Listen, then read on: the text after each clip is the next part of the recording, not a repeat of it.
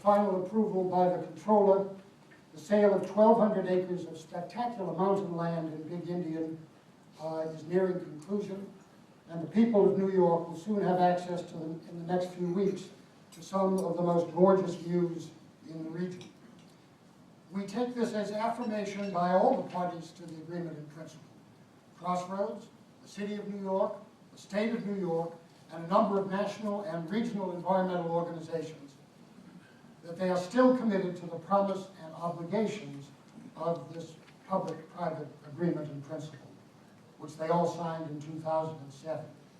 That includes the NRDC, the Riverkeeper, Chart Unlimited, and the Catskill Center for Conservation and Development. All of these organizations will have an ongoing role in assuring environmental compliance. We still expect the project to create 750 jobs, which we expect to be filled overwhelmingly by folks who lived at the junction of Ulster, Delaware, Greene, and Sullivan, which is only a few miles away from the resort.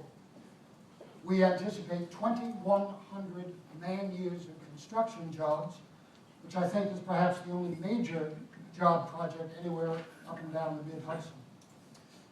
It's our responsibility now to conclude the environmental impact statement. It's in 3 parts.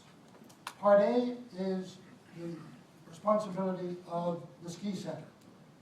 It's an environmental impact statement relative to their unit management plans for the next decade. That's done, it's been submitted. Part B is Crossroads' environmental impact statement of the Bel Air Resort. That's done, it's been submitted. Part C is the cumulative effects of what the state is doing and what the Bel Air Resort will be doing. That is going to be underway by the DEC very shortly, and we anticipate that it should be finished by February. At that time, the entire environmental impact statement will be open for public comment. Once the seeker review is concluded, we'll go for local permits to the planning boards of Middletown and Shandaken. If all goes well, and the stars are properly aligned, we could be in a position to put a spade in the ground within 16 or 18 months.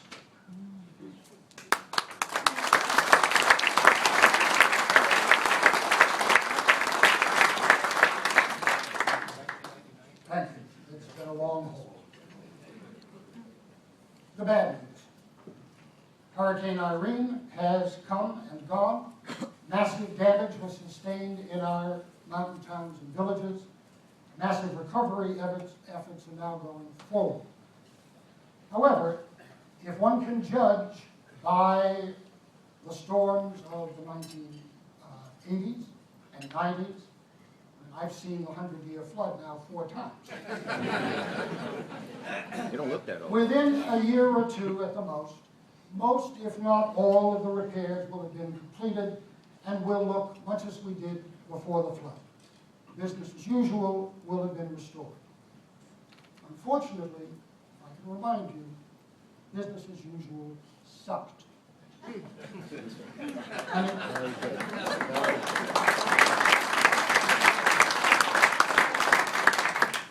And it sucked even before 2007. The economy of the region, the Catskill region, was suffering deeply. Economic progress was stalled or moving backwards. Tourism-dependent businesses were either shuttered and bankrupt or hanging on by their fingernails. Property and school taxes continued to climb through the roof. Graduates of our regional high schools and universities, upon graduation, got 2 doctorates, a diploma and a bus ticket out, because there was no opportunity for them. Folks who had worked all their lives to build businesses in the hospitality industry were getting old. They needed to sell their properties and retire. They found no takers. There were for sale signs festooning the roadways. The post-Irene picture, if nothing changes, will continue to suck. Now, if you'll pardon me for bringing up an unpleasant fact, we have an unproductive record of community competition. Hamlets within the same town compete for resources of the town. Towns within the same county compete for resources with the county. County is pitted against county, ski mountain is pitted against ski mountain. In the hard times that this region has endured for decades, people often behave as though there are such scarce financial resources in these hills that if my neighbor gets some, I won't get any. We simply cannot afford to go on fighting among ourselves. I had the privilege and great good fortune some years ago to have as a friend and counselor the late Elliot Richardson. Mr. Richardson was the only man in the history of the United States to occupy 4 different cabinet positions. He'd been in government for 40 years. And the year before he died, looking back on the dysfunction that he had experienced in government, he was moved in an op-ed piece in the New York Times to propose a new organization. It was called the Cut the Crap Club. And the next day, the New York Times in an editorial applauded him. President Obama's former chief of staff and now mayor of Chicago, Rahm Emanuel, was fond of pointing out that a crisis is a terrible thing to waste. We're in the midst of such a crisis. We can't afford to waste it.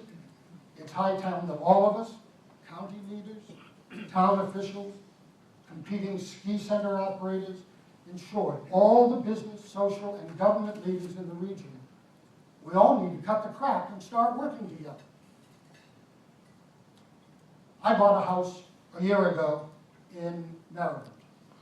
My motivation was to be near my 6 grandchildren, who are now within 7 minutes of my house.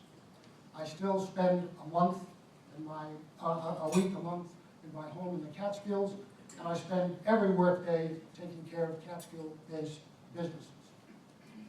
But from a distance of 300 miles, I have interesting perspective on Hurricane Irene.